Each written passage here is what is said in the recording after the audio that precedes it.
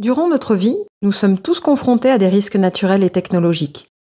Les risques naturels recouvrent plusieurs phénomènes, notamment les inondations et la submersion marine, la grêle, la canicule et la sécheresse, les tempêtes et les cyclones, les feux de forêt, les avalanches, les tremblements de terre, les mouvements de terrain et le volcanisme.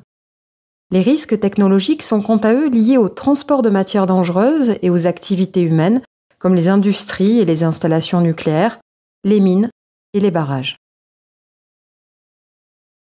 Face aux risques, que signifie concrètement être résilient ?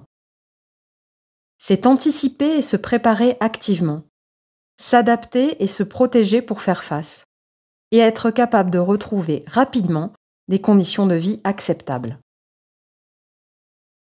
Chacun d'entre nous, à son niveau, est capable d'agir avant, pendant et après une catastrophe. Notre anticipation et nos comportements sont déterminants. Ils se travaillent au quotidien. Connaître les risques autour de soi, via l'information acquéreur-locataire lors de toute transaction immobilière, vente ou location, même saisonnière, et en consultant par exemple la mairie et le site Géorisque.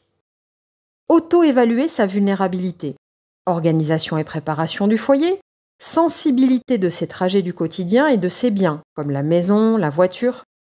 Mettre en œuvre des actions pour réduire sa vulnérabilité. Par exemple, identifier une zone refuge et préparer un kit de sauvegarde pour attendre en toute sécurité les secours ou la fin de l'événement. Installer des équipements techniques ou adapter l'habitation pour limiter les dégâts et faciliter le retour à la normale. Adopter les bons réflexes en cas de catastrophe. Les apprendre en consultant le document d'information communale sur les risques majeurs de sa commune et en affichant les consignes chez soi. Les maîtriser en participant aux exercices proposés et en réalisant son plan familial de mise en sûreté. Et les appliquer en se mettant en sécurité et en écoutant les consignes des autorités. Après la catastrophe, réinvestir avec prudence les biens impactés, l'habitation, la voiture, et prendre contact avec son assurance et sa mairie.